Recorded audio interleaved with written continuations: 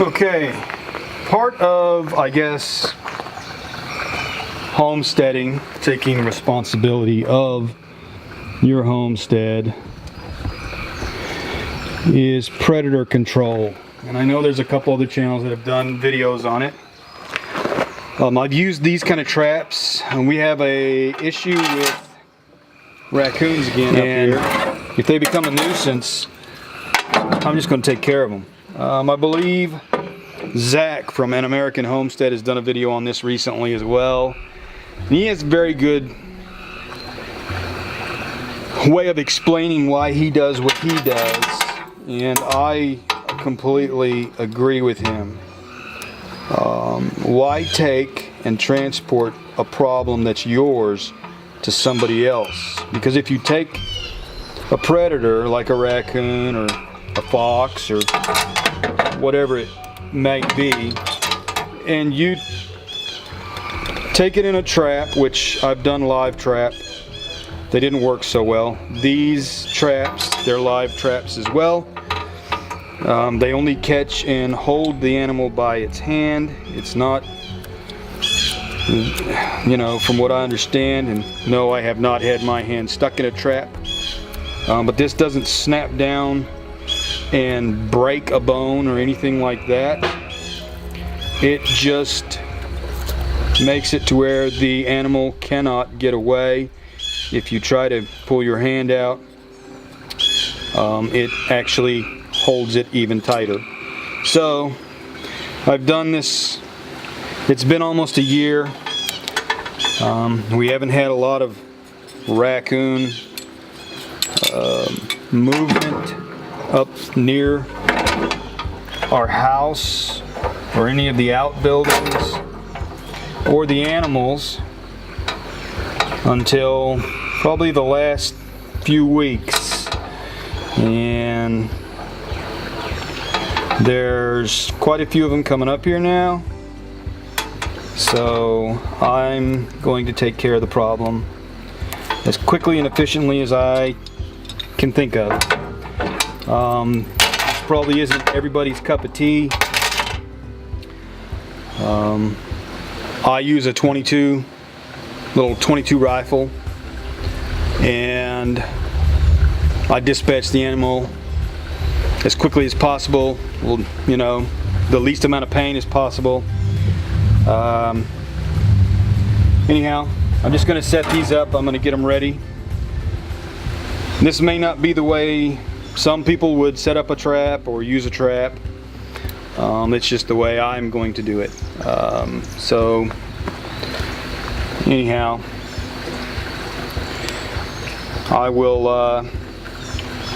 I'll be using a marshmallow, which I believe you should be able to see it.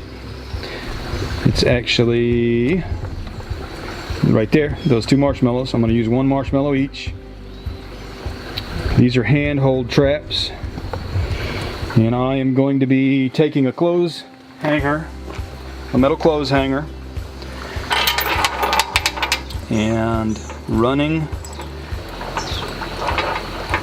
one end of it into the trap here to hold it, and then I'm going to be wrapping the other end around a pole so that once I catch it, it's not going to go anywhere. And yes, most people would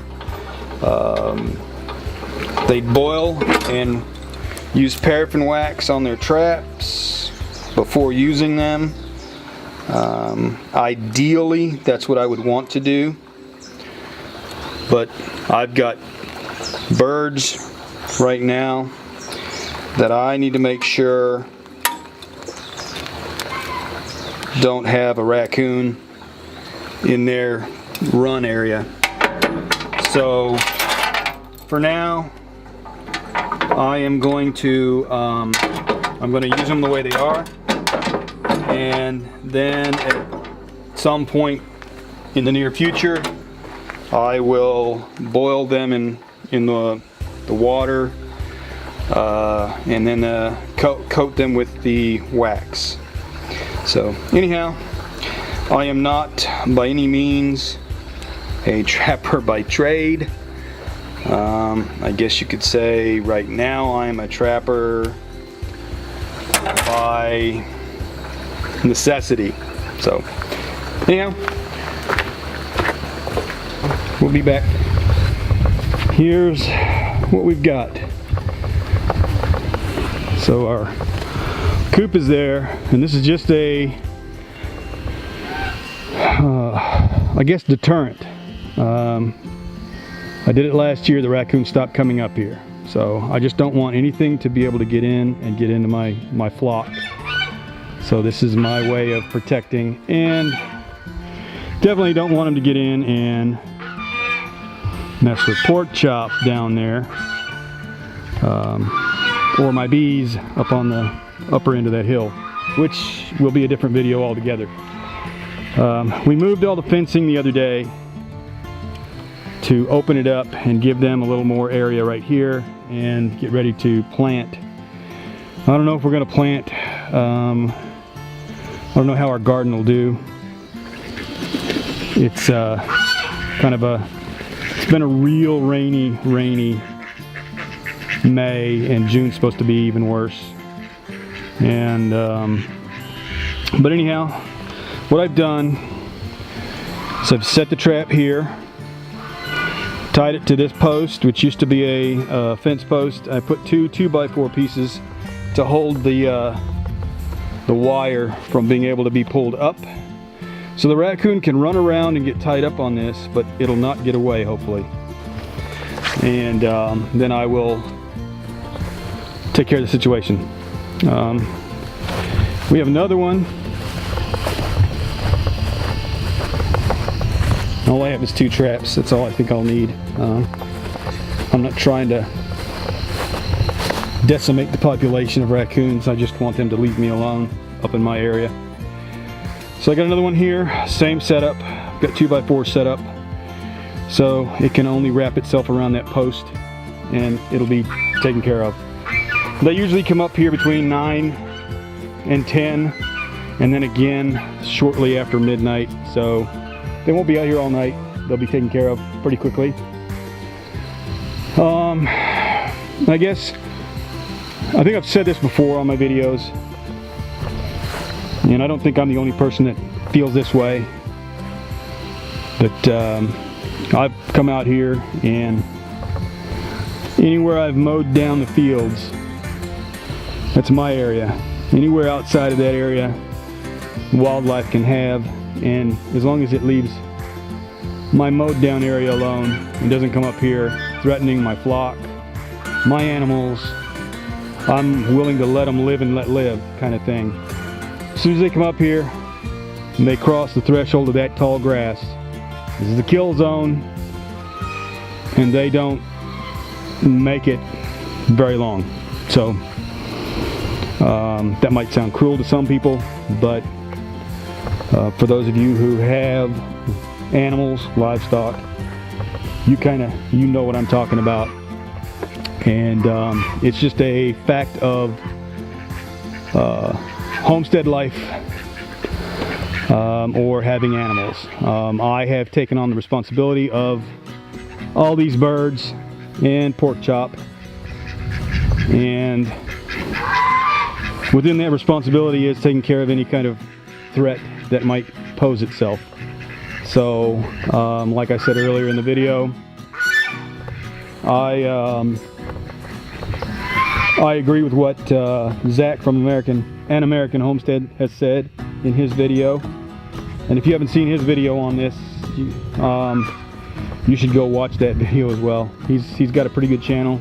He has a lot of good stuff that he puts out. But you know, you can't just live trap these animals and then take them somewhere else and drop them off on somebody else's land for them to deal with your problem, and you're giving it to somebody else. So I don't do that. Anyhow, I think that's about it. We'll do a quick, there's Pork Chop. She's come out each time to visit with me. I'll have an update video on her shortly. So, anyhow, everybody have a great evening, and we'll see you on the next video.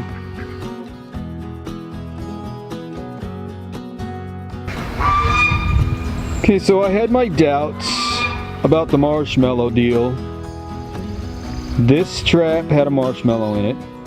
I've never used marshmallows in these kind of traps before. Of course, as I said, I'm not a avid trapper by trade. This is just out of necessity. But I don't know if you can see. I'll try to zoom in a little bit. No marshmallow, and the trap isn't sprung. So we come over here, and I'd been checking throughout the evening because I don't want to leave a animal trapped overnight. I don't like to have that happen. This one again had a marshmallow. No marshmallow. It's gone again. So we're gonna try a different tactic this evening, because I know a tried and true method. Peanut butter.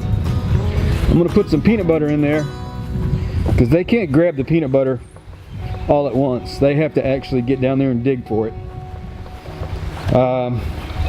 So anyhow, and I still have a mole issue.